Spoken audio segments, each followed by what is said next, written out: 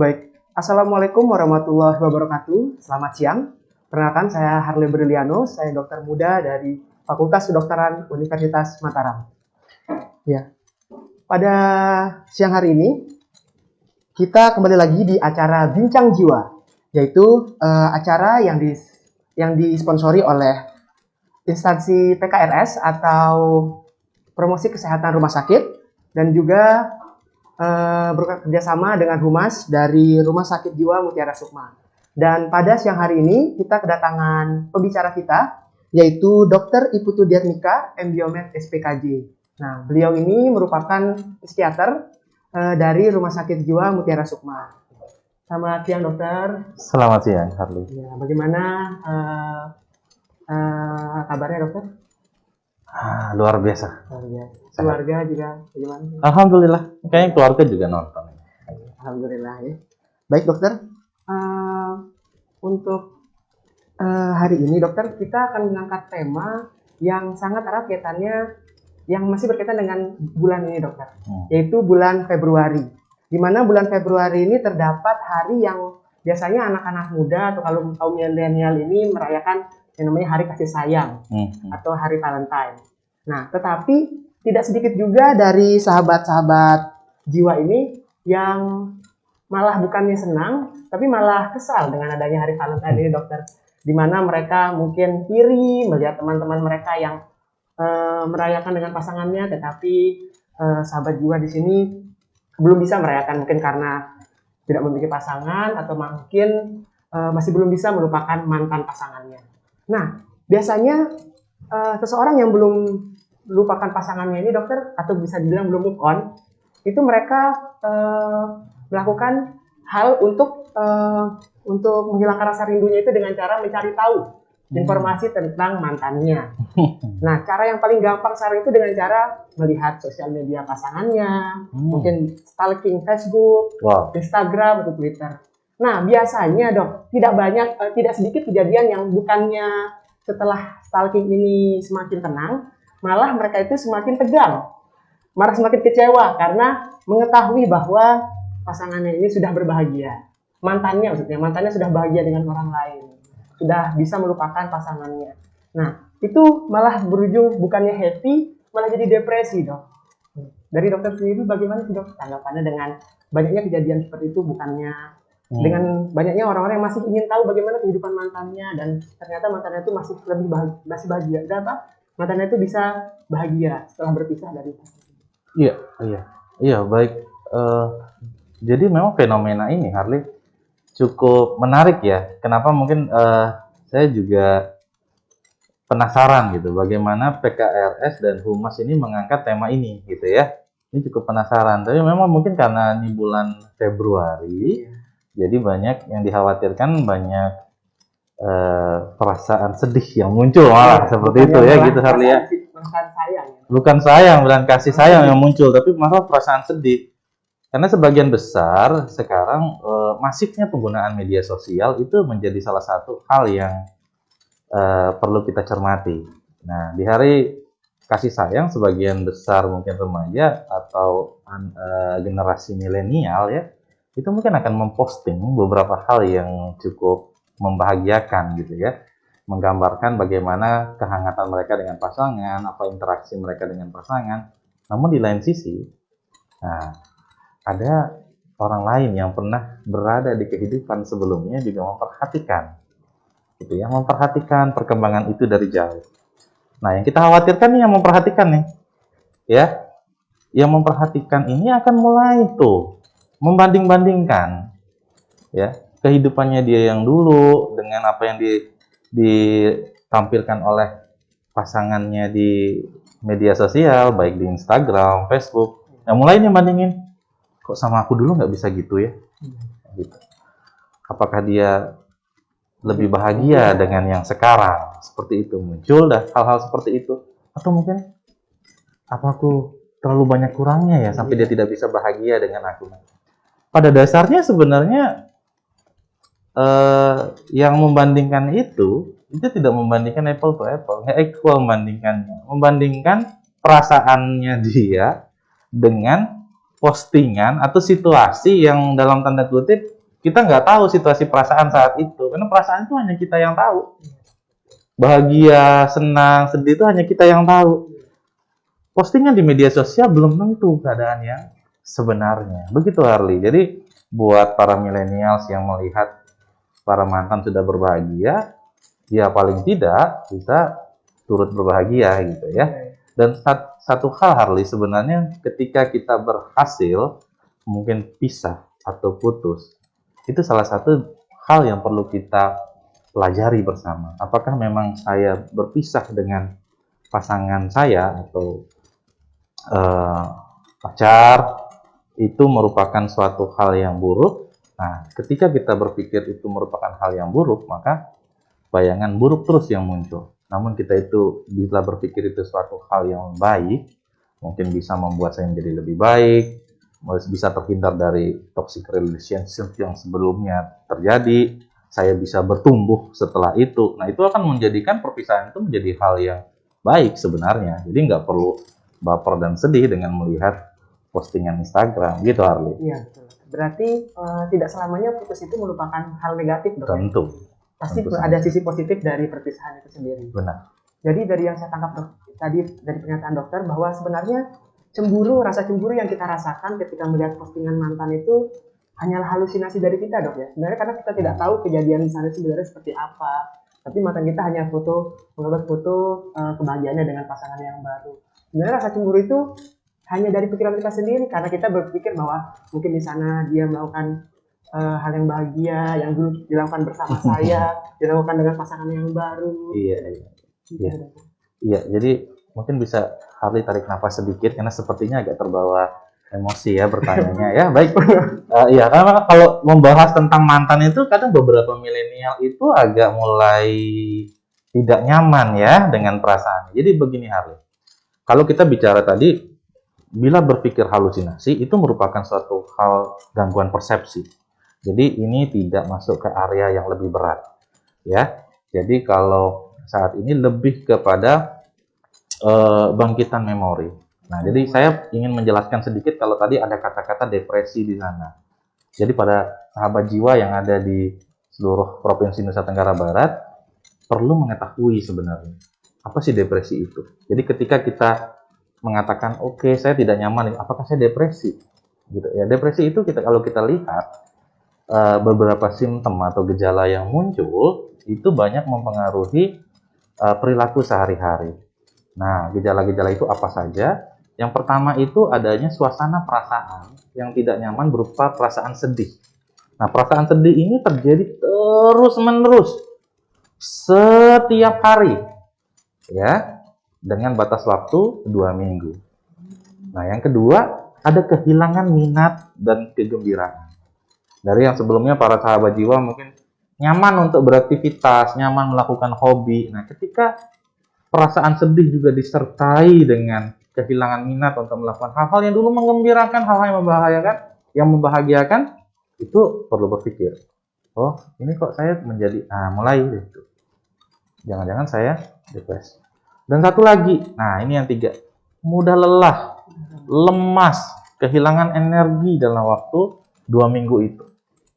Nah, ketiga gejala ini muncul, maka sudah saatnya kita untuk meminta pertolongan. Nah, kadang sebagian besar itu datangnya ke teman.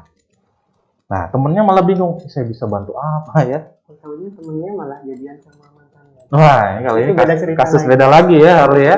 Nah, itu. Jadi kadang orang dalam kondisi depresi atau sedih nggak butuh nasihat tuh. Nggak butuh nasihat, dia cuma butuh didengarkan. Malah jadi adu nasib, dok. Betul. Satu cerita yang satu cerita. Nah, sebagian besar banyak yang begitu. Baru gitu doang. Gua aja. Itu perlu dihindarkan ketika ada orang yang datang dalam kondisi sedih atau ada gejala-gejala depresi seperti tadi. Mungkin sahabat jiwa yang punya sahabat seperti itu nggak perlu membandingkan penderitaanku dengan penderitaanmu. Gitu ya. Nah, karena membandingkan ini, lah itulah yang memicu kenapa kita sering stalking. Ya, mencari informasi tentang mantan. Karena pengen bandingin nih, aku sudah happy sekarang. Kira-kira dia lebih happy nggak dari aku? Terus mau bandingkan, karena mungkin sudah terbiasa dari dulu ya. Dibanding-bandingkan dan mulai membandingkan sesuatu dan yang lain. Tapi pada dasarnya itu adalah hal yang perlu kita kurangi dan hindari untuk itu. Ya, Harley? Iya, dokter. Nah, terkait dengan depresi dari dokter, banyak dari sahabat-sahabat jiwa kita ini yang karena melihat mantannya sudah bahagia dengan orang lain, mereka itu mencoba mencari pelarian.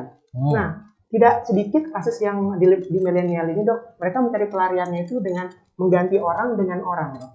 Mengganti orang dengan orang. Jadi berusaha mencari pasangan yang baru, tetapi perasaannya itu masih tertinggal sebenarnya di pasangan yang lama. Hanya saja karena tidak ingin dikatakan telat atau kalah, karena Anda bilang, mantanmu sudah punya pacar nih, kamu kapan? Nah, karena itu dikatakan seperti itu, banyak sekali kasus yang jadinya mereka mencari pasangan yang baru, tetapi sebenarnya hatinya masih di pasangan yang lama, sehingga timbul masalah-masalah yang baru dengan pasangannya yang baru. Iya. Betul sekali, Harley, seperti itu. Jadi kalau kita bicara masalah pelarian ini kan nggak kejar-kejaran ya. Nah, gitu. Jadi ketika suatu hubungan itu udah berpisah, perlu ada fase di mana mengintrospeksi diri, melihat masalah apa sih sebenarnya yang menyebabkan kita berpisah. Itu juga mungkin bagi para milenial yang ingin balikan juga begitu. Ini balikannya, lihat nih, masalahnya udah beres apa belum. Balikan sih boleh-boleh aja. Balikan boleh-boleh aja, Harley, tapi lihat. Ya, dilihat dulu masalah yang dulu udah beres apa belum. Ya, kalau balik tanpa menyelesaikan masalah sebelumnya, ya, itu juga akan menjadi masalah baru lagi, masalah lama jadi masalah baru, kemudian akan terjadi perpisahan kembali.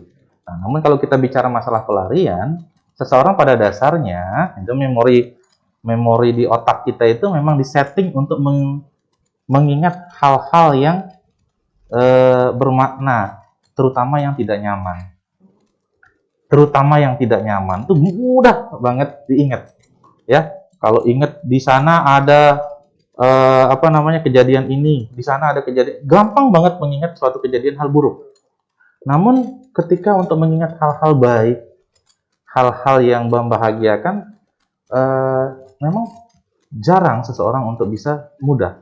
Nah, itu akan sangat mempengaruhi ketika kita membuat hubungan baru dalam waktu singkat setelah terjadi suatu perpisahan.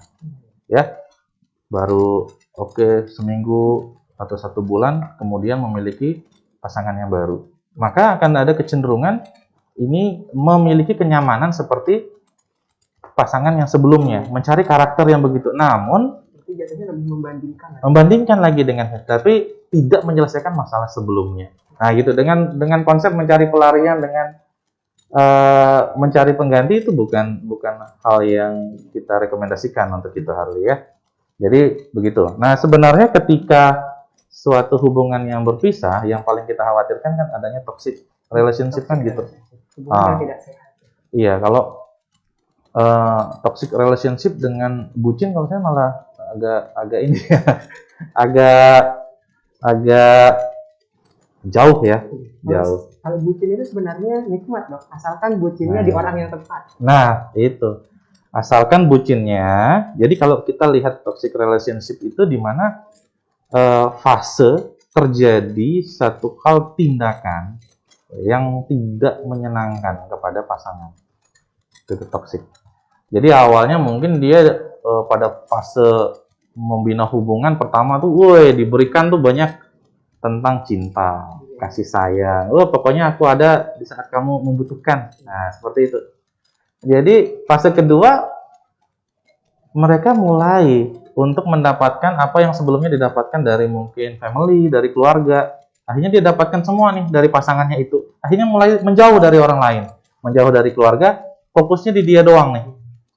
Nah, yang toksik itu adalah pada fase ketiga ini udah mulai nih kelihatan, mulai ngatur-ngatur, mulai nuntut ini, nuntut itu, gitu, ya. Nah, ini udah mulai nih. Nah, setelah itu, mulai dah terjadi tindakan hal-hal mungkin yang tidak nyaman, bahkan mungkin ada suatu kekerasan di sana, baik fisik maupun verbal. Akhirnya muncul ketakutan pada fase keempat. Ketakutan untuk apa? Ketakutan untuk melakukan sesuatu kesalahan atau apa. Jadi ketakutan nih. Takut apa? Takut itu nanti marah, takut tersinggung.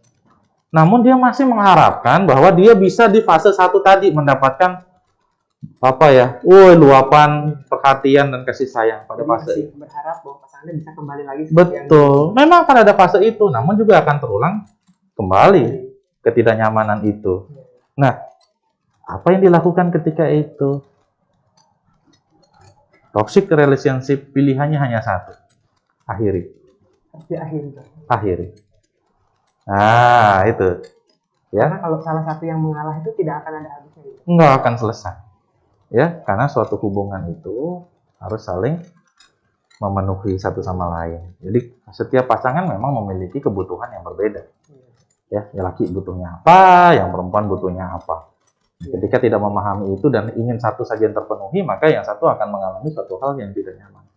Akhiri. Nah, ketika akhiri itu mulai udah berpikir, mulai melihat masalah-masalah sebelumnya itu apa, dan ketika membina hubungan baru dengan yang lain, maka hal itu juga menjadi perhatian untuk tidak terjadi lagi. Nah, itu kan terekam di sini. Jadi, apakah saya merekam itu buruk? Tidak. Itu anugerah Tuhan. Bagaimana kita untuk bisa menghindari kejadian itu sebelumnya. Begitu halnya. Ya. Berarti hubungan itu tidak bisa kalau hanya salah satu yang berjuang. No. Ataupun salah satu minta untuk pulang. Tidak. Nggak bisa dong. Kalau satu doang yang pengen, yang satu nggak pengen pulang, susah. Lalu kita back ke topiknya, tentang depresi ini. Sip. Untuk depresi dalam kasus ini, Dok, kira-kira apakah kasusnya di NTB sendiri, Dok? Terutama di rumah sakit Mutiara Sukma ini, apakah kasusnya banyak, Dok, atau mungkin jarang kasus seperti ini? Baik, kalau kita bicara masalah depresi, ya itu ada beberapa data dari riset kesehatan dasar, ya Riskesdas. Untuk tahun 2018 kita didapatkan di angka 16% untuk dari populasi. Jadi bisa dibayangkan ya, kalau kita bicara masalah depresi itu berapa banyak, namun penanganannya belum maksimal. Sehingga kami di Rumah Sakit Jiwa Mutiara Sukma melatih tuh para program jiwa di seluruh puskesmas untuk bisa melakukan deteksi dini, baik dokter maupun perawat. Itu kita latih bagaimana bisa mendeteksi masalah depresi. Memang problem kita bukan hanya depresi saja sih kalau di masyarakat, ada gangguan mental emosional, ada gangguan jiwa berat. Namun depresi ini menjadi fokus sekarang karena kasusnya mulai meningkat seiring banyaknya musibah yang terjadi, Harley. Musibah yang terjadi terutama di Nusa Tenggara Barat ini. Kita tahu sendiri 2018 itu ada gempa bumi. Ya, itu gejalanya nggak muncul pas gempa bumi itu. Gempa bumi itu mungkin saja muncul penyesuaian, ya, khawatir. Namun itu setelah 6 bulan pasca gempa baru tuh angkanya akan meningkat. Nah, yang kedua situasi 2020 sampai saat ini. Kita ada pandemi COVID-19. Nah, respon kita itu sangat menentukan apakah kita akan jatuh dalam kondisi masalah kesehatan jiwa apa enggak. Seperti itu. Makanya Rumah Sakit Jiwa Mutiara Sukma memberikan tuh pelatihan di seluruh rumah sakit. Kita juga udah latihkan bagaimana mereka memberikan support, dukungan kesehatan jiwa dan psikososial, bagaimana mendeteksi dini masalah depresi ini gitu untuk masyarakat sehingga intervensinya lebih cepat. Nah, obat-obatan juga akan mudah digunakan untuk mempercepat proses pemulihan. Begitu, Harley. Berarti dari Rumah Sakit Jiwa Mutiara Sukma ini sudah memberikan pelatihan di fasilitas kesehatan layanan primer untuk mempermudah screeningnya, Dok, ya? Betul. Lalu terkait terapinya sendiri itu, Dok, apakah semua depresi itu harus diberikan obat-obatan, Dok, atau mungkin ada cara lain selain diberikan obat-obatan? Nah, betul sekali. Ini pertanyaan yang sering ditanyakan oleh beberapa pasien saya. Dok, apakah ketika saya terdiagnosis depresi saya harus minum obat, Dok? Nah, itu. Jadi depresi itu kan memang dia memiliki tingkatan. Nah, itu yang perlu kita tahu adalah tingkatan-tingkatan itu. Nah, tingkatan pertama itu ya ada depresinya ringan. Depresi hanya perasaan sedih, kehilangan minat saja, tapi tidak sampai mengganggu aktivitas sehari-hari. Dia masih bisa bekerja, masih bisa berfungsi sebagai seorang ayah, dia masih bisa berfungsi sebagai seorang pekerja kantor, seperti itu, tapi masih terganggu dengan perasaan-perasaan. Nah, ini bisa digunakan terapi non-farmakologis. Kita juga mengajarkan teknik-teknik seperti itu. Seperti kita ajarkan dengan hipnotis 5 jari, kemudian ada progresif muscle relaksasi yang kita bantu. Ya, kemudian juga ada nanti beberapa hal seperti soft thinking yang negatif. Itu juga kita ajarkan pada fase depresi ringan. Naik ke sedang. Nah, kalau naik ke sedang ini memang dia sudah membutuhkan penanganan farmakologis, obat-obatan. Jadi pada fase depresi sedang ini ada yang disertai dengan keluhan somatik. Nah, keluhan somatik itu seperti tidurnya terbangun 2 jam lebih awal, kehilangan harapan gitu. Bahkan ada keluhan-keluhan fisik yang sudah mulai muncul pada fase ini. Yang paling sering adalah dispepsia atau gangguan lambung. Selain gangguan lambung juga banyak muncul nyeri, terutama nyeri kepala, pusing. Dan yang paling khas pada depresi sedang ini adalah gangguan tidur. Nah, itu yang paling banyak muncul pada fase ini. Nah, ini harus mendapatkan penanganan obat-obatan dulu, Harley. Jadi dia akan mendapatkan penanganan obat-obatan pada waktu yang ditentukan sesuai dengan gejalanya. Setelah itu baru nanti dia akan bisa tanpa obat. Jadi kalau dibilang apakah saya seumur hidup minum obat kalau depresi sedang? Oh enggak. Nanti akan ada fasenya. Dan fase itu juga nanti akan membaik dengan tambahan terapi non farmakologi seperti psikoterapi, CBT yang diberikan oleh dokter atau dokter spesialis yang ada di Rumah Sakit Jiwa Mutiara Sukma. Nah, ada satu lagi level yang ini yang jangan sampai Harley ya. Ini adalah depresi berat. Nah, depresi berat ini kalau dia tidak disertai dengan gejala gangguan jiwa berat, itu kita prognosisnya masih jauh lebih baik. Seperti tidak ada halusinasi atau pikiran-pikiran atau suatu delusion kalau bahasa kita ya, waham atau isi pikir yang benar meyakini bahwa hal buruk itu pasti akan terjadi pada dirinya. Seperti itu. Nah, itu butuh proses yang lama kalau dengan gejala gangguan jiwa berat. Pengobatan pun dengan kombinasi obat yang lebih banyak. Bahkan itu sudah mengganggu aktivitas harian dari seseorang. Ya, tidak merawat diri, ya, kemudian tidak bisa berfungsi sebagai bagaimana mestinya dia berfungsi untuk keseharian. Bahkan untuk mengurus rumah tangga pun udah nggak bisa. Nah, pada fase ini, bila dia disertai dengan kegawat daruratan jiwa, seperti ada keinginan bunuh diri, ataupun sudah mau mencelakai orang di sekitarnya, memang perlu rawat inap. Jadi, yang mudah-mudahan para sahabat jiwa tidak ada sampai selevel berat. Mungkin kalau ringan kita masih bisa dengan tanpa obat-obatan gitu. Berarti terkait pasien ini dikatakan depresi itu kan tadi dokter sudah menjelaskan ada beberapa gejalanya seperti perasaan yang tidak nyaman, lebih ke sedih, lalu hilangnya minat yang sehari-harinya suka bermain, atau mungkin melakukan itu lebih berkurang, dan terakhir itu mudah lelah, cepat lelah.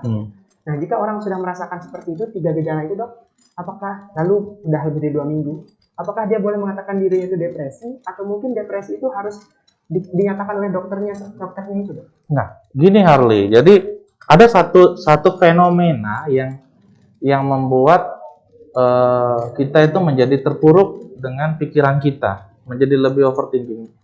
Itu self-diagnose. Jadi mendiagnosis diri sendiri gitu. Jadi dengan hanya membaca Google, itu lihat, wah saya kayaknya begini, akhirnya diagnosis diri sendiri. Nah, itu tidak disarankan, karena itu akan malah menambah kebingungan dan pikiran terkait apa yang sebenarnya saya alami. Sebaiknya memang ketika kita mengalami hal-hal tersebut, mendatangi para profesional. Bisa psikiater, dokter spesialis kedokteran jiwa, bisa mendatangkan para psikolog klinis, boleh. Kemudian dokter yang ada peminatan ke arah jiwa, atau ke perawat jiwa. Itu bisa. Bahkan pemegang program jiwa yang ada di layanan puskesmas juga bisa untuk didatangi untuk melakukan konsultasi. Gitu. Sebenarnya ada apa sih saya? Dan di sana juga nanti ada deteksi dini yang dilakukan. Jadi ada sejenis kuesioner atau form yang kita gunakan. Nah, para pemegang program jiwa itu udah terbiasa untuk menggunakan form. Salah satunya ada SRQ. Ya, Self Reporting Questionnaire itu bisa mendeteksi cemas, depresi, post traumatic stress disorder, dan beberapa hal lainnya. Nah, itu juga ada di aplikasi yang milik Rumah Sakit Jiwa Mutiara Sukma. Ada Makpasol namanya. Nah, bisa di-download di Play Store. Bisa di-download di Play Store. Nanti itu bisa deteksi dini di rumah. Oh, apakah saya perlu konsultasi enggak? Nanti skornya kelihatan. Di aplikasi itu, Harley, kita kan kalau ini bahas depresi ya, mungkin sedikit informasi, bukan hanya bahas tentang mental emosional aja. Anak-anak juga bisa dideteksi itu problem anak. Di Makpasol itu ada alat deteksi dininya. Jadi tinggal cek isi itu, wah kayaknya saya perlu konsultasi nih, berangkat. Penggunaan alkohol juga ada di situ. Jadi kita bisa memasukkan apa saja gejala-gejala kita dan apa saja riwayat yang pernah kita. Iya, betul sekali. Ada di aplikasi itu. Jadi cukup bisa mudah bagi masyarakat di Nusa Tenggara Barat untuk bisa melakukan self detection, bukan self diagnosis. Gitu. Iya. Jadi ketika sudah dapat, nanti aplikasinya akan memberikan, oh sebaiknya melakukan konsultasi. Nah, bahkan di layanan Makwasul itu juga bisa dilakukan pertanyaan secara online. Nanti tinggal pilih tuh mau kemana. Nah, nanti kita akan memberikan edukasi dan informasi pada layanan online tersebut. Gitu. Bukan pengobatan secara online ya, tidak. Tapi ada informasi dan edukasi yang diberikan. Jadi itu nanti akan dijawab langsung oleh dokternya. Iya, betul. Di sana ada psikiater, ada spesialis anak, ada psikolog juga disiapkan, sama ada perawat jiwa disiapkan. Itu sebegitu lengkapnya disiapkan, mungkin masyarakat sebaiknya segera untuk memanfaatkan layanan tersebut. Tadi dokter sempat mengatakan bahwa anak-anak juga bisa terkena depresi, dok ya? Terkait usia dari depresi ini tuh sebenarnya rentan usia berapa sampai berapa, dok, usia depresi ini tertinggi gitu? Iya, sebenarnya kalau kita bicara masalah depresi, itu kalau pada anak-anak dan remaja angkanya kan kecil ya. Lebih banyak memang mereka di problem di emosional, efektif. Tapi tidak menutup kemungkinan juga apabila ada suatu stresor yang berat, karena memang personality mereka juga, ciri kepribadian juga belum terbentuk maksimal, mekanisme pertahanan dirinya juga belum matang, sehingga rentan untuk mengalami hal tersebut. Ya. Tapi kalau kita bicara masalah angka depresi, memang depresi itu lebih banyak munculnya pada dewasa pertengahan dan akhir, di atas usia 25 tahun. Tapi kalau untuk remaja, kita perlu lihat dulu nih, apa benar depresi, apakah memang dia suatu problem afektif, ya, atau memang dia suatu hanya problem gangguan tingkah laku saja, atau memang dia suatu problem lebih ke hal-hal seperti gangguan emosional lain. Seperti itu. Jadi kita memang perlu lihat dulu kalau remaja. Agak detail untuk pemeriksaannya karena masa depannya masih panjang. Nah, itu. Yang parah lagi kalau udah anak remaja tidak dikonsultasikan ke tenaga profesional.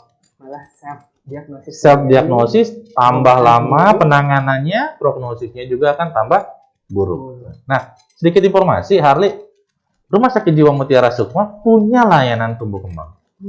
Jadi selain jiwa juga punya layanan lain, dok ya? Iya, betul. Layanan tumbuh kembangnya Rumah Sakit Jiwa Mutiara Sukma ini baru di launching kemarin, itu diresmikan oleh Ibu Wakil Gubernur juga. Serta kita juga punya layanan untuk rawat inap khusus anak dan remaja. Nah, ini memang timnya udah disiapkan oleh Rumah Sakit Jiwa, tim yang benar-benar kompleks. Ada spesialis, of course, psikiater, kemudian ada spesialis anaknya, kemudian ada spesialis rehab medik, siapkan. Ada psikolog klinisnya untuk anak. Kemudian ada terapi okupasi, terapi wicara, perawat-perawat jiwanya sudah disiapkan. Jadi mungkin informasi buat masyarakat yang ada di luar sana. Mungkin masyarakat luar sana itu mikirnya cuma kalau rumah sakit jiwa itu cuma untuk orang-orang, mohon maaf, yang katanya itu gila. Tapi ternyata di Rumah Sakit Jiwa Mutiara Sukma ini ada banyak fasilitas-fasilitas lain selain untuk menangani jiwa. Ya? Betul. Nah, jadi sebenarnya kenapa Bincang Jiwa ini sering disampaikan supaya stigma kita kepada layanan kesehatan jiwa itu udah bisa berkurang gitu, Harley. Nah, ketika membahas tentang topik hari ini pun gitu, para milenial juga mulai berpikir. Pada awalnya saya yakin mereka berpikir ini rumah sakit jiwa membahas hal ini ya. Nah, rumah sakit jiwa bukan hanya menangani orang dengan gangguan jiwa ya, atau kalau masyarakat kita masih mengatakan gila gitu ya. Itu sudah kita hapuskan karena di Undang-Undang Keswa memang kata-kata itu sudah digantikan untuk menghapus stigma. Kita ganti dengan sebutan orang dengan gangguan jiwa atau ODGJ. Nah, itu salah satu usaha pemerintah untuk menghapus stigma. Itu hanya sebagian kecil, Harley. Itu hanya sebagian kecil dari masalah kesehatan jiwa yang ada di masyarakat. Kalau kita lihat Riskesdas untuk ODGJ hanya 0,26%. 0,26% dari populasi dibanding yang kasus depresi yang 16%. Wah, banyak banget PR kita nih. Nah, seperti itu. Jadi 16% itu cuma depresinya saja. Depresi aja, belum bahas tentang yang lain. Iya.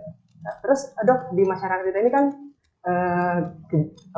penyakit gangguan jiwa ini masih hal yang tabu atau bisa dibilang sedikit memalukan untuk keluarga masing-masing. Jadi banyak keluarga yang lebih memilih untuk menyembunyikan anggota keluarga yang sakit, atau mungkin lebih mengelak kalau ini tidak sakit. Nah, mungkin pesan untuk dokter-dokter buat masyarakat yang mungkin menemukan adanya kasus-kasus gangguan jiwa di sekitarnya itu apa tindakannya? Iya, satu, yang pertama adalah bantu.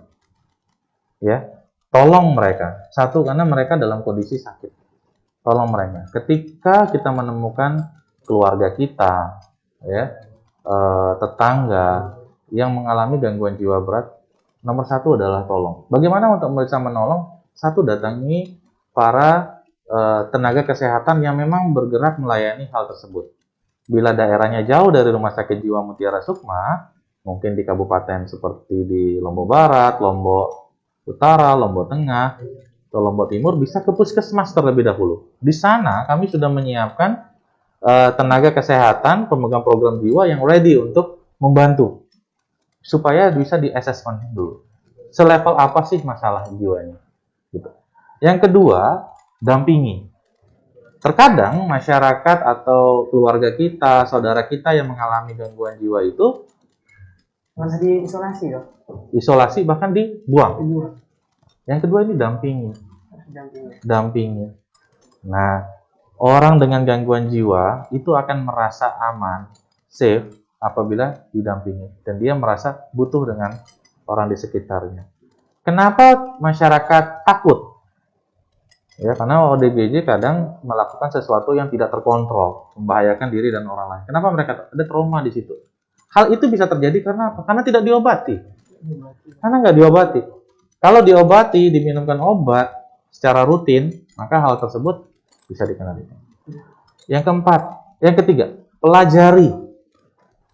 Pelajari apa? Pelajari penyakitnya, pelajari obatnya, bagaimana, berapa lama, apa aja kegiatannya, bagaimana mengetahui gejala awal akan masuk. Seperti itu. Nambah nih pelajari. Habis dipelajari, ajak berkegiatan bersama.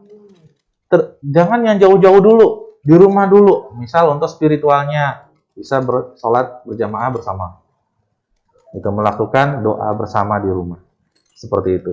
Nah, hal-hal itu bisa membantu para saudara keluarga kita yang ODGJ menjadi lebih stabil dan lebih bagus dan segera bisa berdaya. Nah, gitu Harley. Itu kalau untuk ODGJ. Tapi kalau untuk depresi pada kasus yang kita bahas siang hari ini, kalau kita bahas itu sebagian besar banyak yang datang ke saya, tuh remaja-remaja nangis. Ketika saya pisahkan, mereka bertanya, "Dok, apakah benar saya depresi ini diakibatkan karena kurang iman?"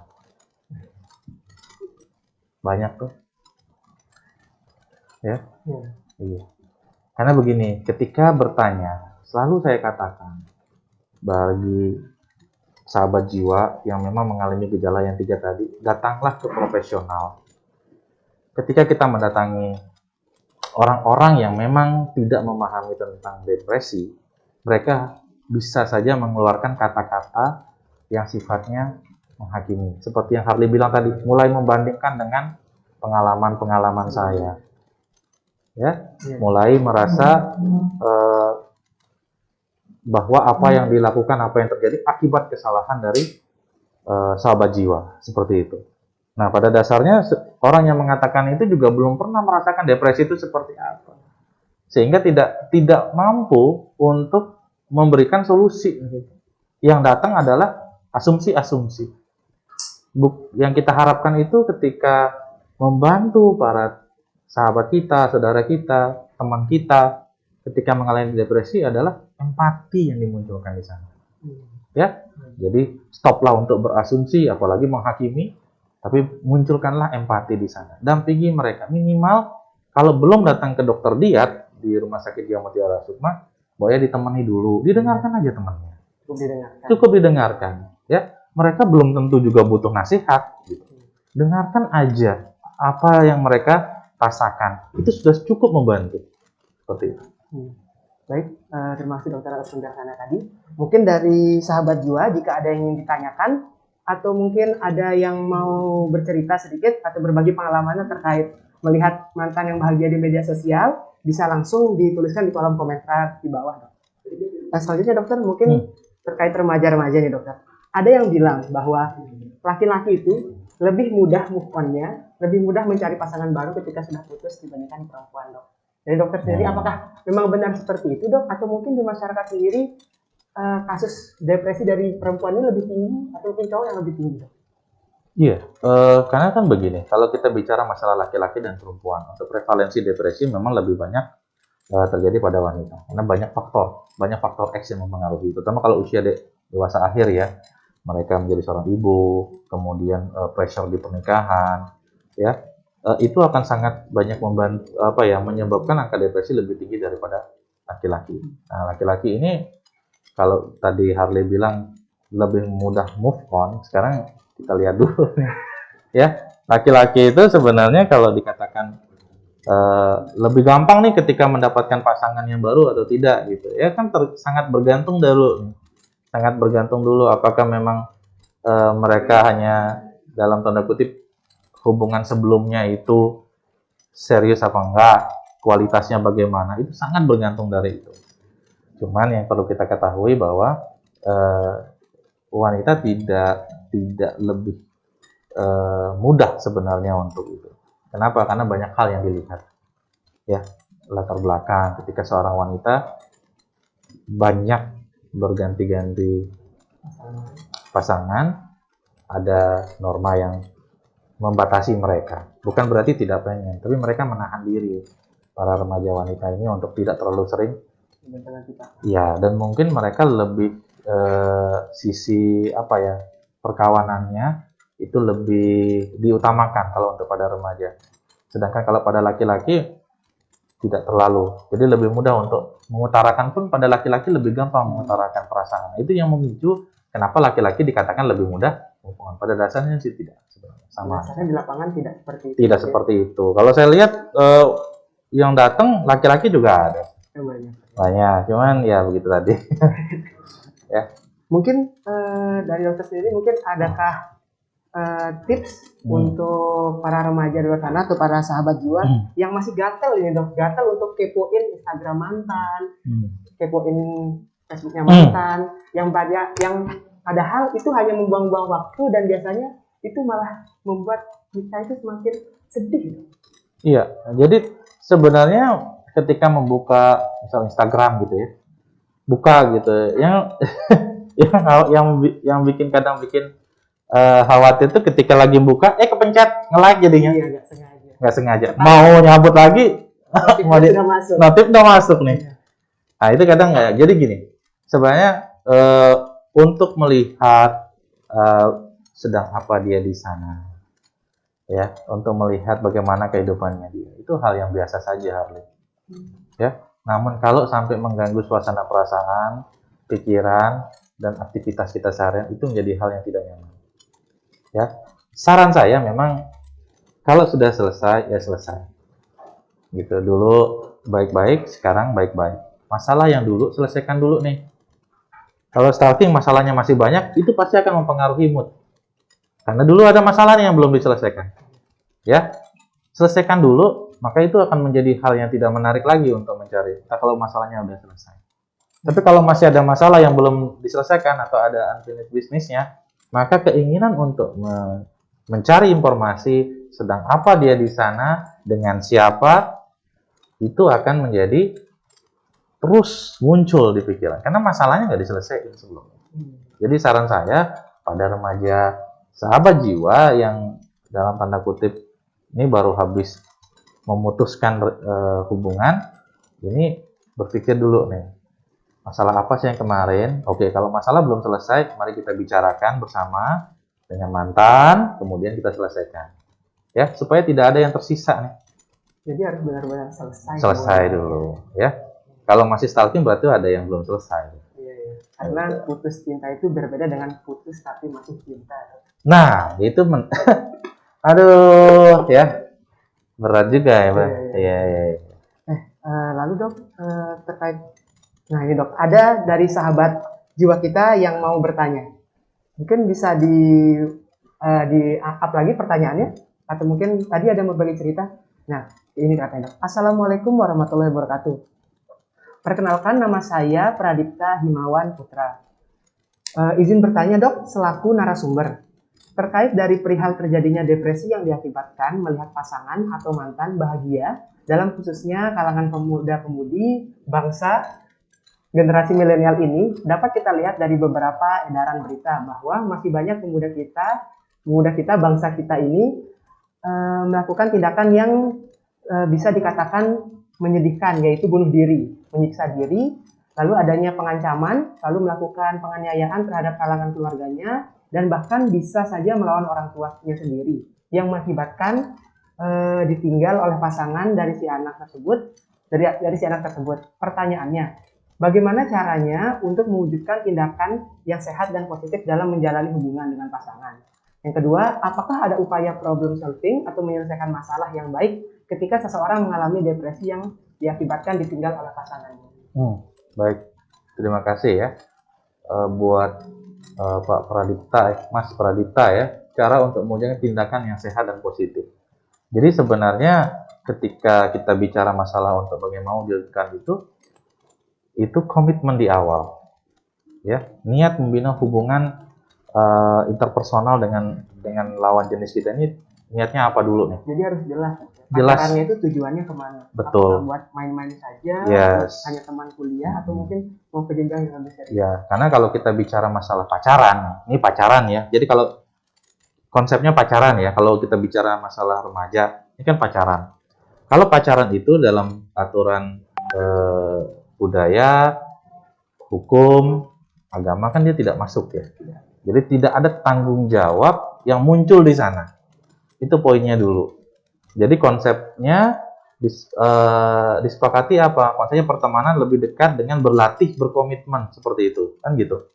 Karena tidak ada norma aturan adat, budaya, hukum baik agama ataupun di kenegaraan yang mengatur terkait pacaran itu. Ya, tapi itu kan dibuat komitmen bersama. Gitu. Nah, dalam berlatih itu bagus sebenarnya ketika seseorang berlatih untuk membina hubungan baru dengan lawan jenis. Itu melatih kita untuk bisa menyampaikan apa yang kita rasakan, bisa memahami apa yang orang lain rasakan, bisa menyampaikan pikiran kita, bisa berkegiatan bersama, bisa bertoleransi dengan orang lain. Itu bagus. Itu akan membuat kita menjadi tumbuh lebih baik. Seperti itu. Berbeda lagi ketika muncul toxic relationship tadi. Oke, nanti kita bahas pada next kegiatan. Nah, itu. Jadi komitmen di awal untuk apa? Tapi kalau udah jenjangnya berbeda, misal di pernikahan, otomatis beda lagi. Karena itu sifatnya lebih sudah legal, ada hukum, ada agama di sana. Jadi itu konsepnya akan lebih berbeda. Dan tentu saja tanggung jawabnya berbeda. Kesepakatan pernikahan juga akan berbeda ketika dibandingkan dengan pacaran. Itu tadi ya. Terus yang kedua tadi terkait bagaimana jalan keluar atau program solvingnya apabila ada kerabat kita yang mengalami depresi diakibatkan karena putus. Ya, jadi kalau depresi tadi satu bisa melakukan deteksi dini. Apakah memang sudah mengalami suatu masalah mental emosional? Ya, datangilah tenaga profesional di bidang itu. Jadi dengan melakukan self detection dengan menggunakan aplikasi itu bisa. Namun apabila belum melakukan itu, kita bisa mulai untuk menyampaikan apa yang kita rasakan dan pikiran kepada orang yang bisa kita percayai. Orang yang kita bisa percaya atau orang yang nyaman. Bisa kalau untuk remaja atau remaja putri gitu, mungkin bisa bicara dengan mama. Dengan ibunya. Ibu. Nah, kalau untuk remaja laki bisa bicara dengan papa. Ya. Nah, kalau remaja putri bicara dengan teman laki-laki itu akan menimbulkan masalah baru. Nah, itu akan beda lagi ceritanya. Jadi sebaiknya ketika ada masalah terkait putus, perasaan tidak nyaman yang memunculkan kesedihan yang cukup lama, mungkin hal yang paling tercepat sebelum datang ke tenaga profesional adalah bicara dengan orang tua. Tentu saja bonding atau keakraban antara orang tua dan remaja ini harus dibina dengan lebih baik pada dasarnya. Ya, para orang tua juga tidak menghakimi atau melakukan memberikan memberikan kata-kata yang dalam tanda kutip menghukum ataupun menjustifikasi, menjudging mereka bahwa yang begini, itu membuat mereka akan akhirnya tidak berani untuk terbuka. Padahal sebenarnya yang paling aman adalah ketika remaja putri atau remaja putra bicara kepada orang tuanya. Jadi di sini juga orang tua dituntut harus bisa menjadi sahabat buat anaknya sendiri. Oh, betul sekali, Harley. Ya. Baik, mungkin ada lagi dari sahabat jiwa yang ingin bertanya atau mungkin sharing terkait pengalamannya, yaitu dengan tema kita tadi, yaitu sedih melihat mantan bahagia di media sosial. Apakah depresi? Berikut ada pertanyaan dokter. Ini tidak ada namanya. Saya bacakan pertanyaannya. Penjelasan hubungan yang toksik sangat menarik. Jadi apa yang harus kami lakukan sebagai orang tua pada anak remaja agar terhindar dari hubungan tersebut? Ya, jadi kalau kita bicara masalah toxic relationship itu butuh sesi yang lebih panjang. Nanti rumah sakit jiwa Mutiara Sukma akan membahas itu banyak. Namun kita kembali lagi kepada kebutuhan ketika terjadi suatu pacaran ya, atau misal ada anak remaja kita membina hubungan dengan lawan jenisnya, mereka akan berkomitmen. Nah, seperti yang saya jelaskan tadi, pada tahap awal mereka itu akan dibombardir dengan rasa cinta, kasih sayang, perhatian, ya, yang melebihi apa yang orang tua mereka berikan, sehingga itu yang memicu mereka merasa nyaman. Lebih nyaman dibanding di rumah, lebih nyaman dibanding orang tuanya. Ya, yang kedua, itu tidak berlangsung sebentar, lama. Nah, jadi ketika orang tua itu sangat penting sekali untuk tahu anak remajanya itu ada membina hubungan dekat nggak dengan lawan jenisnya. Ketika ada, bukan langsung berinterogasi, tapi bersegeralah untuk memberikan perhatian yang lebih, kasih sayang, alokasi waktu yang lebih banyak di sana, ya, supaya apa? Ini supaya nggak kalah nih, perhatian, kasih sayang diberikan sama lebih perhatian pacar aku daripada mama. Nah, itu. Jadi itu harus diberikan lebih banyak. Supaya apa? Supaya anak tidak menjauh dari orang tua, ya, malah lebih dekat sama pacar. Nah, itu yang kadang orang tua lupa, udah di fase anaknya udah mengalami suatu hubungan yang toksik dengan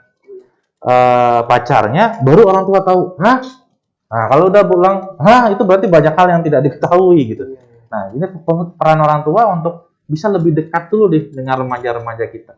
Turunkan ego sedikit untuk mau banyak bicara dengan anak-anak yang pada fase remaja pertengahan atau remaja akhir itu, begitu kan? Malah kalau dari keluarga, dari orang tua sendiri tidak mau mendengarkan cerita dari anaknya, malah nanti yang dibilang itu orang tuanya yang toksik. Anaknya malah nyalahin orang tua. Begitu. Jadi pada dasarnya semua orang pengen didengarkan ya, Charlie ya. Iya, cuma didengarkan aja. Nggak usah terlalu banyak nasihat kalau untuk remaja ini, karena mereka bisa menimbang. Ya, pada fase remaja awal mereka banyak meniru.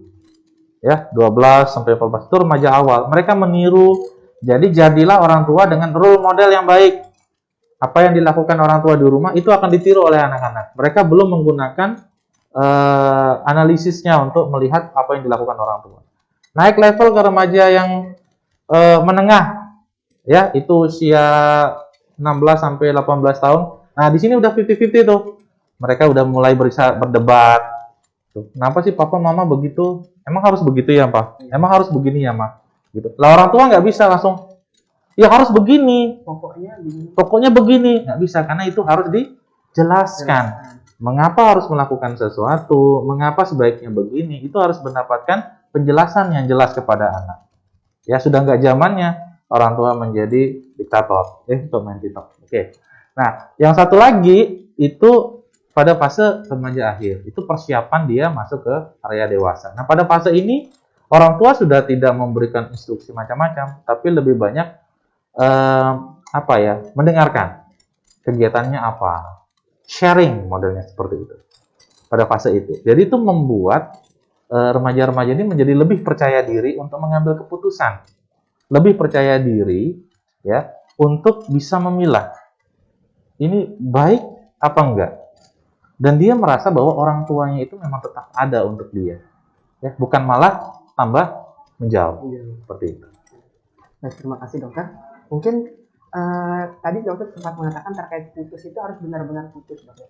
Tetapi ada beberapa dari sahabat jiwa ini yang tidak bisa harus kalau mau benar-benar putus itu dok harus dengan benar-benar tidak berhubungan, tidak bertemu lagi. Nah, solusinya adalah mereka itu banyak yang memblokir akun Instagram, memblokir akun Facebook, blokir nomor, lalu jika berpapasan lebih baik berjalan berputar, supaya tidak bertemu dok. Tapi bukannya kalau seperti itu artinya masih ada sesuatu yang belum diselesaikan dok. Betul. Tetapi ada yang beralasan bahwa saya nggak bisa kalau saya ketemu lagi atau saya lihat lagi, takutnya timbul lagi perasaan itu. Nah, pertanyaannya itu dok, apakah benar dengan cara blokir atau benar-benar memutuskan hubungan itu adalah jalan keluarnya? Ya, jadi gini Harley, yang dimaksudkan dengan benar-benar putus selesai itu masalahnya. Bukan hubungannya, berteman mah masih bisa gitu ya. Apalagi misal kalau pacarannya satu angkatan misalnya, ya kan itu nggak bisa pasti akan ketemu setiap hari. Apa memang harus pindah kampus juga enggak, kan gitu ya. Cuman masalahnya yang harus benar-benar selesai nih gitu. Kalau enggak ya akan menjadi tersimpan terus di memori, karena otak manusia itu kan memang disetting begitu. Dia memang disiapkan untuk merekam memori itu. Jadi apa yang sudah terjadi sebelumnya nggak mungkin bisa hilang. Iya, otak kita itu nggak sama kayak siaran-siaran TV yang bermain hipnotis, langsung hilang gitu, nggak bisa. Yes, itu nggak bisa. Jadi memori itu akan tetap ada. Nah, bagaimana caranya untuk supaya bisa selesai? Itu adalah berlatih memaafkan dan mengikhlaskan. Ya, kalau ikhlas memang levelnya agak tinggi. Tapi kalau memaafkan itu akan bisa mengurangi rasa sakit di hati. Nah, itu. Berarti lebih ke memaafkan dan berdamai dengan diri sendiri. Betul. Bisa. Nah, ya. Baik dok, terima kasih atas jawabannya. Berikut ada pertanyaan lagi nih dok. Selamat malam dokter. Selamat siang maksudnya. Selamat siang. Izin dokter mau bertanya, bagaimana jika kita tidak dapat move on dari orang yang dari mantan kita? Bukan pernah dekat juga, enggak. Gimana sih? Bukan pernah dekat juga, enggak. Tapi ya nggak bisa ngelupain aja gitu dok. Gimana gitu? Mungkin intinya dia itu benar-benar nggak bisa lupa dari mantannya. Walaupun sudah dengan orang yang baru gitu dok. Iya kan? Itu solusinya. Betul. Jadi sebenarnya ini kan konsep otak kan begitu. Ya, memori kita. Bahkan kalau kita bilang di amigdala namanya, kalau di otak itu, otak manusia itu memang itu akan merekam itu hal-hal yang membahayakan sebelumnya, hal-hal yang traumatis sebelumnya, itu kan terekam bagus. Itu kayak alarm kita tuh. Ini mau lari, mau mau dilawan atau diem aja tuh, itu alarmnya di situ. Kalau kita bicara masalah ini, saya masih ingat. Bagaimana caranya? Ya berkegiatan. Yang paling mungkin itu berkegiatan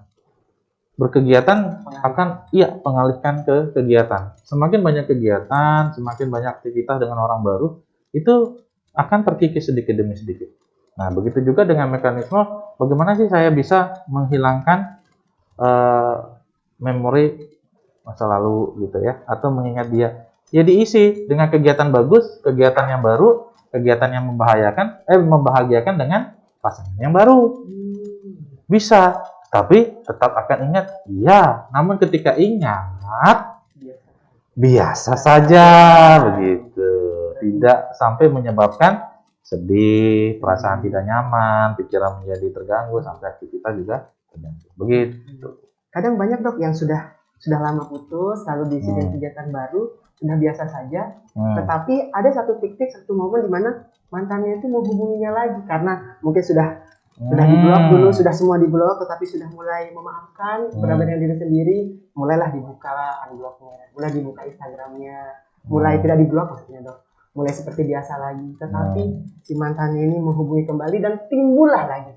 Iya, jadi dulu gitu sebagian besar kan konsepnya kalau zaman dahulu itu orang berpikir kalau barang-barang yang diberikan oleh mantan itu bisa disedekahkan gitu kemana gitu, supaya tidak memicu munculnya kenangan-kenangan lama, gitu. Ya kalau yang disedekahkan cuma hanya boneka kecil gitu, kalau yang disedekahkan mobil gitu kan susah kan gitu. Ya gitu. Nah, ini memang suatu teknik yang bisa. Tapi kalau memblokir atau apa itu hal yang ekstrim ya. Itu hal yang ekstrim. Berarti memang ada bisnis sampai tidak bisa berrekonsiliasi apa ya istilahnya, berdamai gitu ya dengan perasaannya. Kemungkinan ada suatu masalah yang cukup besar di belakang sampai ada blok gitu. Ya sebenarnya itu nggak perlu karena memang kita ketika mulai membina sesuatu hal yang bagus, tidak pisahnya dengan baik-baik lah istilahnya begitu, itu akan lebih nyaman untuk kedepannya. Tapi kalau pisahnya tidak nyaman, ya diselesaikan dulu ketidaknyamannya di mana. Ya, kembali lagi kepada memaafkan. Ya, masing-masing memaafkan. Jadi sudah, aku bahagia dengan dirinya.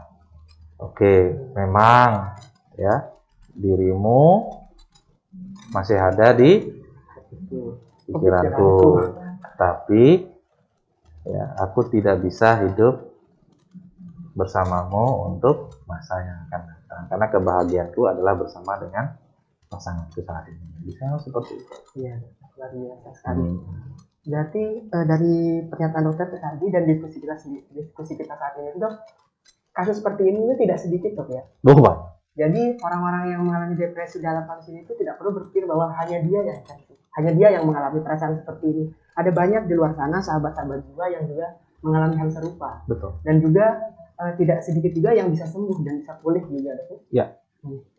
Dan juga mungkin rata-rata setiap orang yang pernah berpacaran pasti ada momen di mana belum ikhlas atau belum bisa memaafkan diri sendiri. Betul. Mungkin dari dokter sendiri ada tips untuk mengatasi masalah ini, mungkin dari pengalaman dokter sendiri atau mungkin dari pengalaman pasien. Ya pengalaman pasien aja ya. Kalau pengalaman sendiri agak susah karena bukan masuk ke area pengalaman klinis jadinya. Jadi kalau beberapa pasien itu kita tidak menghilangkan rasa sedih itu, ya, karena nggak mungkin bisa segera gitu dengan memberikan obat-obatan hilang sedihnya, enggak, hilang perasaan kecewanya, enggak, ya, tapi biarkan mereka merasakan kesedihan itu, dan kita nggak perlu melakukan intervensi yang terlalu dalam untuk itu. Yang mereka butuhkan adalah bersama-sama mendampingi mereka untuk melewati fase itu. Nah, jadi teman-teman, kalau sahabat jiwa punya teman, nah teman yang bagus adalah mendampingi ketika mereka sedih. Nah, itu akan mempercepat proses bagaimana menerima situasi yang telah terjadi. Begitu Hardy. Jadi kalau tips bagaimana untuk menghilangkan kesedihan, nggak bisa. Iya, setiap orang butuh waktu untuk bisa menerima kesedihan dan kekecewaan itu. Jadi sebenarnya sedih itu perlu, dok ya, dan kecewa itu juga perlu. Wajar itu, hal yang wajar. Tetapi yang tidak wajar jika berlarut-larut dan menimbulkan ada namanya distress dan disability. Seperti yang saya bilang tadi, ada ketidaknyamanan dalam pikiran, perilaku sama aktivitas sehari-hari. Baik, dari sahabat jiwa mungkin ada yang mau bertanya. Ya, ini ada pertanyaan, dokter. Pertanyaannya, apa yang harus dilakukan ketika mantan berada di satu kantor atau satu lingkungan yang sama, sedangkan keduanya sudah menikah? Jadi masing-masing dari mereka sudah menikah, dok ya, dengan orang yang berbeda. Bagaimana mengatur perasaan dan profesionalisme kerja? Apakah salah satu harus pindah kantor atau resign? Oh iya, baik, ini pertanyaan yang cukup sulit sih sebenarnya ya, karena banyak yang hal ini terjadi. Tapi sebenarnya tidak perlu harus pindah kantor. Kita kembali kepada komitmen yang dibuat ketika pernikahan yang satu dengan pernikahan yang lain itu merupakan suatu komitmen, kesepakatan. Ketika laki-laki dan perempuan bersepakat untuk menikah, di sana ada kesepakatan itu. Dan kalau dituntut di kantor ya profesionalisme yang dijunjung tinggi. Kalaupun memang harus bertemu atau tidak, itu hanya sebatas kerja. Kenapa? Karena tidak akan mungkin bisa mengontrol perasaan, ya, apalagi menghilangkan ingatan hal-hal yang membahagiakan bersama dia dulu, nggak bisa. Terus mau berlari sampai kemana? Tidak. Tapi kembalikan lagi kepada status kita saat ini, Ya, kalau memang sudah menikah, yang satu sudah menikah, yang satu juga sudah menikah, kembalikan bahwa kita sudah memiliki status yang berbeda, tanggung jawab yang berbeda, kemudian komitmen juga berbeda. Jadi itu aja yang saling menjaga. Ya, jangan saling memancing, tapi saling menjaga. Iya. Baik, kami mohon maaf untuk para sahabat jiwa. Untuk sesi pertanyaan dan juga komentar kami tutup dulu karena terkait waktu. Karena kita di sini sudah kurang lebih 1 jam berdiskusi dengan Dokter Dia terkait tema kita yaitu sedih melihat mantan bahagia di medsos. Apakah ini depresi atau tidak? Jadi mungkin kesimpulannya dokter, saya tarik sedikit dari hasil diskusi kita. Terkait depresi ini ada 3 gejala yang paling khas di pasien depresi ini. Yang pertama itu perasaan yang tidak nyaman, di mana didominasi dengan perasaan sedih, lalu hilangnya minat dan juga hobi sehari-hari, serta pasien menjadi lebih mudah lelah, dok ya. Dan itu kurang lebih sekitar 2 minggu.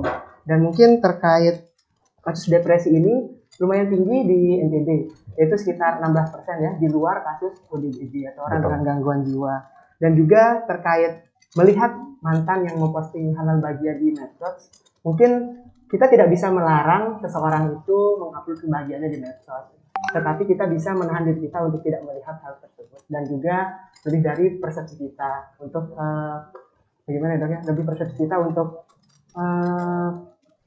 menginterpretasikan hal itu seperti apa. Betul dok ya? Betul. Betul sekali. Mungkin untuk yang terakhir terkait kondisi kita yang masih di dalam masa pandemi ini, dokter, tidak lupa juga saya mengingatkan terkait 7M.